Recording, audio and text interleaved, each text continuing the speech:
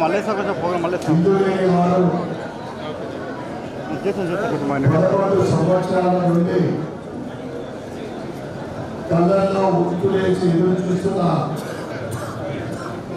సమయము ఈరోజు కాంగ్రెస్ ప్రభుత్వం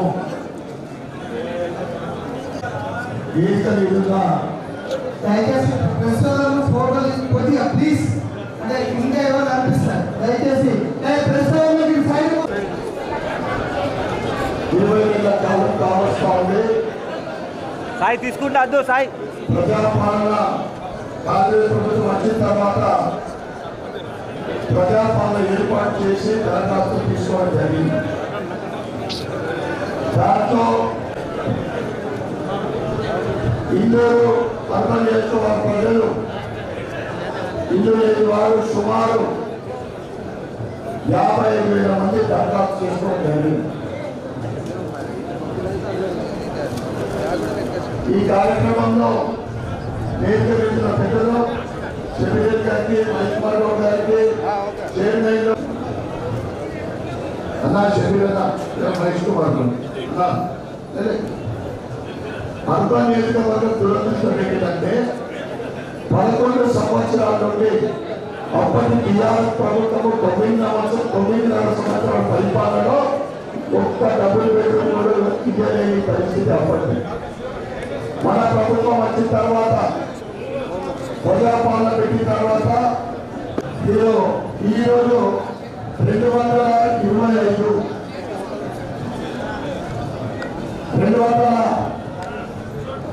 సుమారు 34 అనుకుంటా ఈరోజు మనం ప్రొసీడింగ్స్ ఇస్తా ఉన్నాం. అంటే మనం ఇస్తానా 3,500 ఇంటర్లైన్లు మొదటి సంవత్సరం ఇవ్వలేకపోయినా రెండో సంవత్సరం 3,500 అంటే 7,000. మేము ముఖ్యమంత్రి గారికి ఇన్ఛార్జ్ మినిస్టర్కు హౌసింగ్ మినిస్టర్కు ఒకసారి మహేష్ కుమార్ రావు గారిని కూడా తీసుకెళ్ళి మేము ముఖ్యమంత్రి గారికి లెటర్ కూడా ఇవ్వడం జరిగింది. ప్రజలకు ఒకటంటే ఒక ఇల్లు దక్కలేదు, గవర్నమెంట్ దక్కలేదు, ఇందిరామ్మ ఇల్లు ఖచ్చితంగా ఎక్కువ సంఖ్యలో ఇవ్వాలని చెప్పడం జరిగింది. ఆ తర్వాత గత ఆగస్టులో housing minister programme Srinivas Reddy గారు వచ్చినప్పుడు ఇందిరామ్మ ఇల్లని మేము ప్రాసెస్ స్టార్ట్ చేస్తా ఉన్నామని చెబితే నాగారంలో 390 డబుల్ బెడ్రూమ్ ఇల్లు కట్టి శిథిలావస్థకు చేస్తా ఉండే విధంగా కలెక్టర్ ఆఫీస్ పక్కన సుమారు 250 ఇల్లు 80% కంప్లీట్ అయిందని చెప్పడం జరిగింది. కలెక్టర్ రివ్యూలో సెక్రటరీ గారు కూడా ఉండడం జరిగింది. పొంగులేటి శ్రీనివాస్ రెడ్డి గారు హౌసింగ్ మినిస్టర్ దసరాకు మేము ఆ 390 ఇల్లు ఇచ్చేస్తామని చెప్పి దసరా పోయింది, దీపావళి పోయింది, సంక్రాంతి పోయింది, మళ్ళీ దసరా రాబోతా ఉంది. ఇందిరామ్మ ఇంకా ప్రొసీడింగ్స్ ఎందుకు ఈ 231 ఎందుకు ఇస్తున్నాడో ఇప్పుడు వాళ్ళు స్పీచ్ లో చెప్పాల్సిందిగా నేను కోరుతా ఉన్నాను.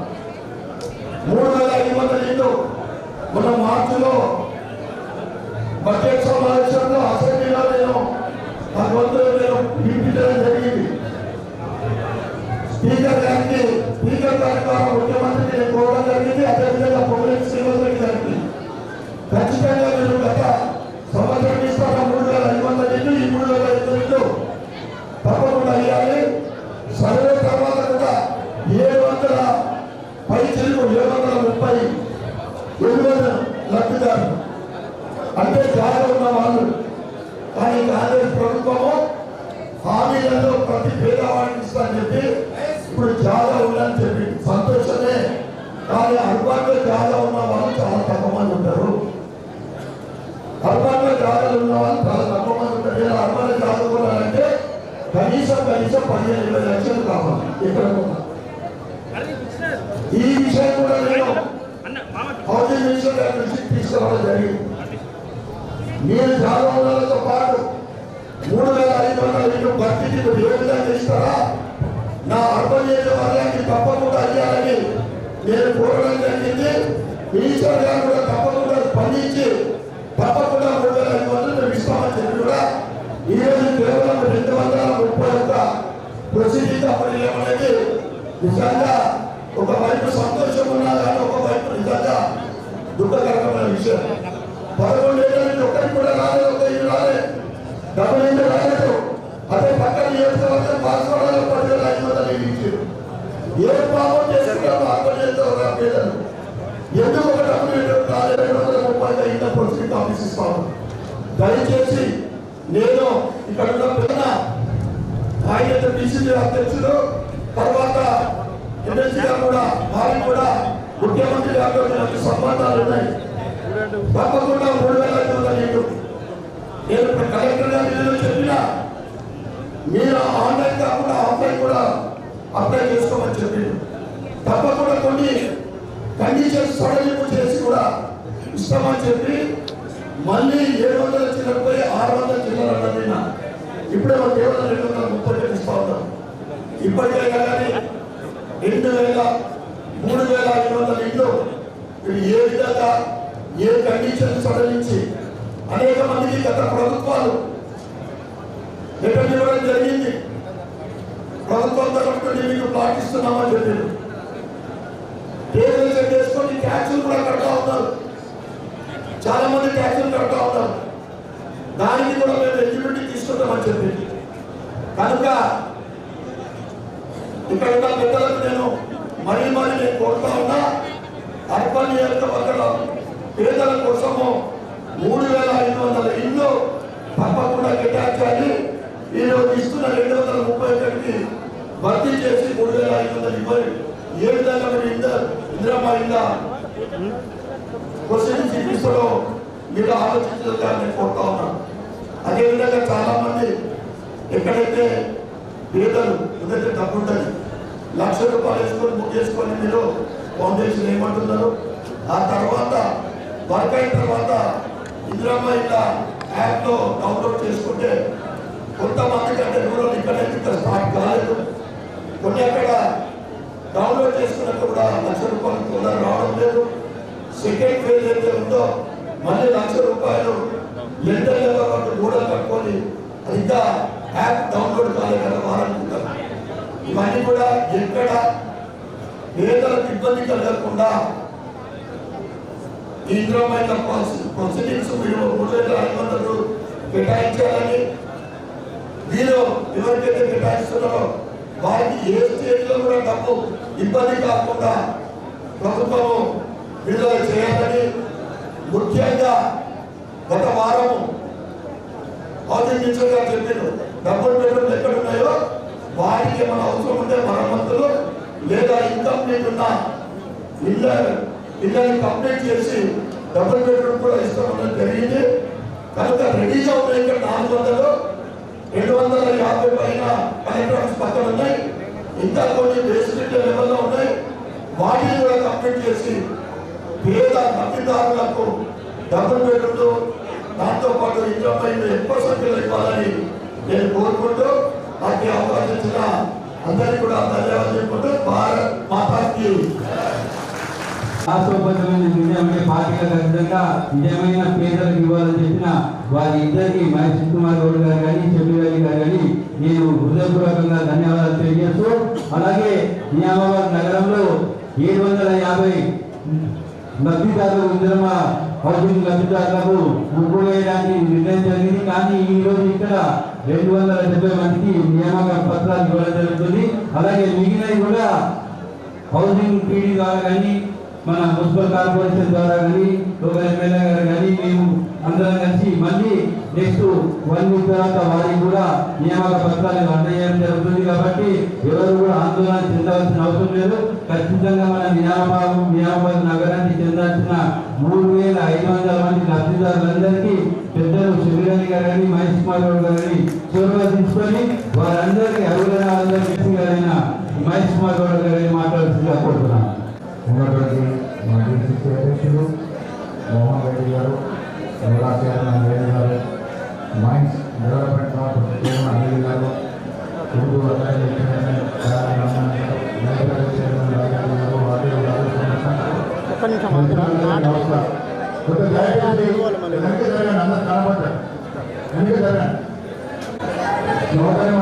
నమస్కారం. ఇందిరమ్మ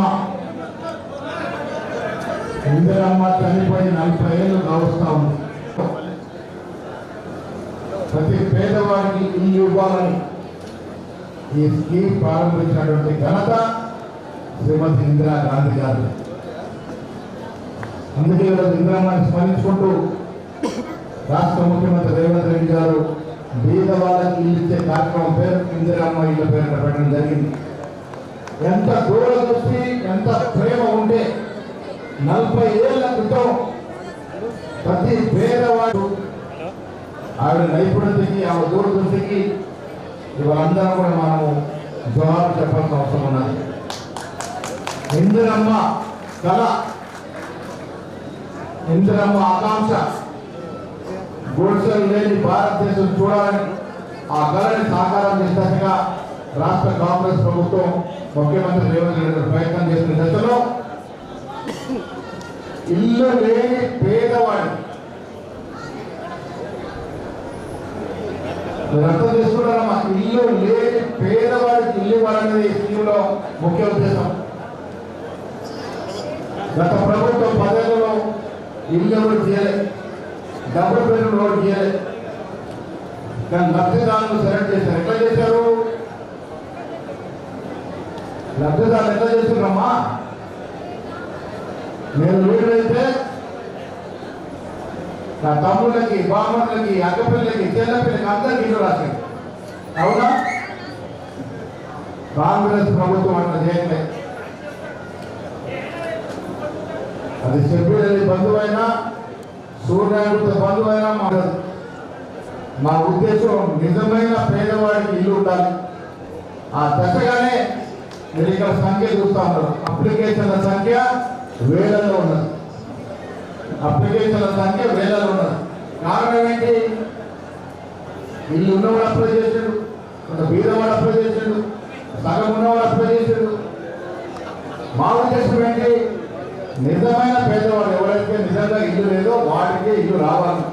దానికోసం సర్వే చేస్తా ఉన్నాం. సర్వే చేసిన తర్వాత మనకు తేలింది 268 ఇల్లు మాత్రమే. ఇంకా వస్తాయి. మిత్రులు చెప్తాను, సర్వేలో కొన్ని ఇబ్బందులు ఉన్నాయి. కొంత ఫారెస్ట్ భూమి చూపిస్తూ ఉంది, కొంత అన్నదమ్ముల పంచాయతీలో ప్లాట్లు ఉన్నాయి, కొంత తండ్రి పేరు ఉంది, పిల్లలకి వాటా రావాల్సి ఉంది. ఇవన్నీ ఇబ్బందులు ఉన్నాయి. ఉన్నాయి కానా ఏకాఏకనా శాంతం చేయలేం. చేస్తే ఏమవుతుంది? అన్నదమ్ములు కొడుకుని చేస్తాం. దానికో సర్వే జరపాలి. ఆలస్యం అవుతున్నట్టు కానీ మీకు మాత్రం మోసం కాదు. అది మాత్రం గుర్తుపెట్టుకోండి. ప్రతి పేదవాడు, ఎవరికైతే నిజంగా పేదవాడు, ఎవరికైతే ఇల్లు లేదో వారికి ఇల్లు ఇచ్చి తీరుతాం. మిత్రులు ఎమ్మెల్యే గారు చెప్పినట్టుగా రేపు అర్హత ఉన్న వాళ్ళు ఈ సంఖ్య 3000, 4000 కన్నా ఎక్కువ తేలితే కూడా ఇచ్చి తీరుతాం. ఈ సంస్థలో చెప్తాం. కానీ అర్హత ఉండాలి. అర్హత ఉంటేనే ఇల్లు.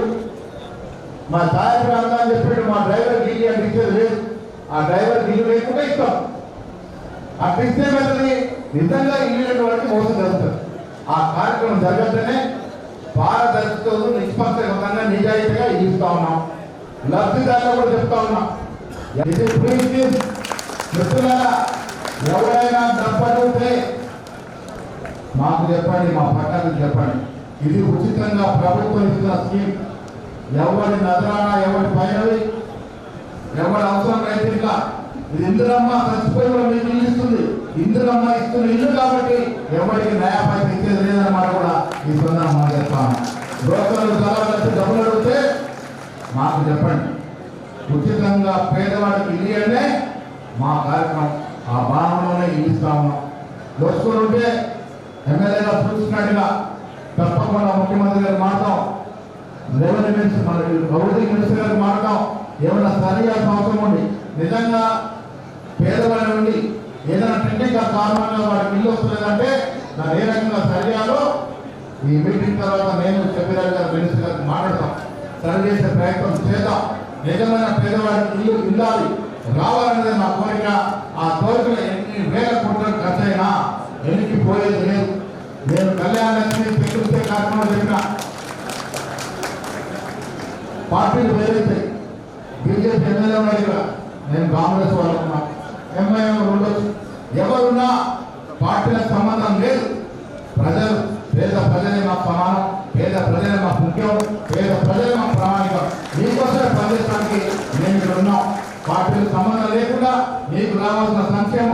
మీకు రావాల్సిన వెల్ఫేర్, మీకు రావాల్సిన అభివృద్ధి రావాలనే మా ధ్యేయం. ఆ ధ్యేయం దశగా పనిచేస్తామన్న మాట చెప్తా ఉన్నా. ఇక్కడ రాంబాయి ఉంది, నిలవడమ్మా కొబ్బరికాయ కొట్టేసి మా ఇంటికి ఎన్నికల ప్రచారం నాకు అడిగింది ఇల్లు కావాలని. నేను మా స్థానిక అభ్యర్థి పోటీ చేసిన అభ్యర్థి చెప్పిన ఇంకా పేరు రాసుకోండి, ప్రభుత్వం వచ్చినాక ఇల్లు ఇస్తామని చెప్పిన ఫస్ట్ ఇల్లు ఆ ఇంటికి చెప్తా ఉన్నాం. మాట ఇచ్చింది ఇవాళ కాదు, ఎన్నికల సమయంలో నాకు ఎదురుబడి అడిగితే మా శోభకి చెప్పిన రాంబాయి పేరు రాసుకో, మన గవర్నమెంట్ వస్తున్నది, గవర్నమెంట్ వచ్చినాక ఇవ్వమని చెప్పిన.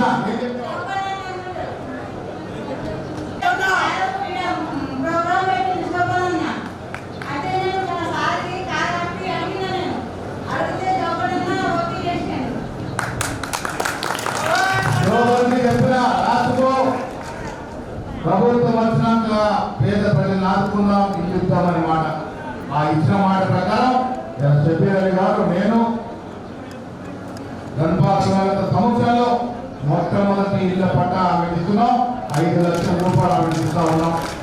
రాంబాయి లాగా ఇందిరామ్మ పేరు పెట్టుకుంది, ఆవిడ కూడా ఇస్తా ఉన్నాం లబ్ధిదారు. ఎక్కడ ఉన్నావు? ప్రతి గుండెలో ప్రతి మధ్యలో ఉన్నది. బీద వాళ్ళకి న్యాయం చేయాలంటే మా ధ్యేయం. రాంబాయి లాగా ఎవరెవరైనా బీద వాళ్ళు ఉన్నారో అందరికి ఇచ్చే కార్యక్రమం కాంగ్రెస్ ప్రభుత్వం చేపడతా ఉంది. ముఖ్యమంత్రి గారు దీనికి కంకణబద్ధులై ఉన్నారు. 3.5 ఏళ్ళు ఇంకా మిగిలి ఉంది. ఆ లోపల ప్రతి బీదవాడికి ఇల్లు ఇచ్చి తీరుతాం, ప్రతి బీదవాడికి రేషన్ కార్డు ఇచ్చి తీరుతాం, ప్రతి బీదవాడికి ఉచితంగా మహిళా బస్సు ప్రయాణం ఇస్తా ఉన్నాం. సన్న బియ్యం ప్రతి తలకి 5 కిలోలు సన్న బియ్యం ఇస్తున్నాం. 6 కిలోలు మీకు వస్తా ఉన్నాయి కదా. చెప్పిన తినే బియ్యం, నేను తినే బియ్యం ఎదుగుతా ఉన్నారు కదా. భారతదేశంలో ఎక్కడ లేని స్కీము మా రేవంత్ రెడ్డి గారు, ఉత్తమ్ కుమార్ రెడ్డి గారు తలపెట్టి తీసుకుంటా ఉన్నారు. బీదల ప్రభుత్వం అది నీకోసం ప్రభుత్వం నీకోసం పనిచేస్తుందనే మాట కూడా ఈ సందర్భంగా నేను మనవి చేస్తూ ఆ కాంగ్రెస్ కార్యకర్తలు పోటీ చేసిన అభ్యర్థులు ఉన్నటువంటి కార్యకర్తలు విజ్ఞప్తి చేస్తా ఉన్నా. ఎక్కడ కూడా బీదవాళ్ళకి ఇబ్బంది పెట్టద్దు, ఎక్కడ కూడా ఇబ్బంది కలగదు. వాళ్ళకి సాగం చేయండి, తీసుకెళ్ళండి, సర్వేలు పాల్గొనండి, నిజమైన లబ్ధిదారులకు సర్వేలు సాయం చేయండి, వారికి ఇల్లు వచ్చే విధంగా ప్రయత్నం చేయాలని కూడా ప్రతి కాంగ్రెస్ కార్యకర్త ముందుండాలనే మాట కూడా ఈ సందర్భంగా మనవి చేస్తూ ఈ కార్యక్రమం మీది, ఈ కార్యక్రమం మీకోసం పెట్టాం. భవిష్యత్తులో మీకోసం ఈ ప్రభుత్వం పనిచేస్తుంది.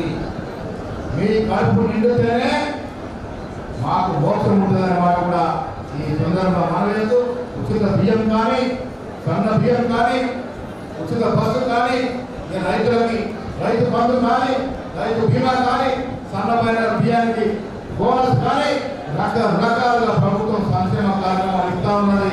ముందుకు పోతా ఉన్నాం.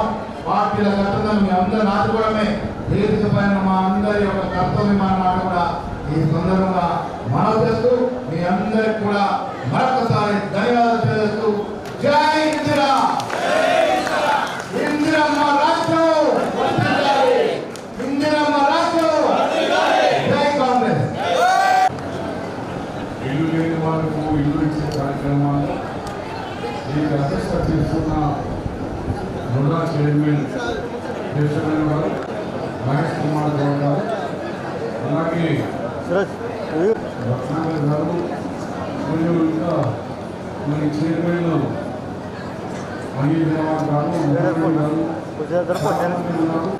గారు, ప్రెస్ మీడియా అందరికీ నా హృదయపూర్వక నమస్కారం.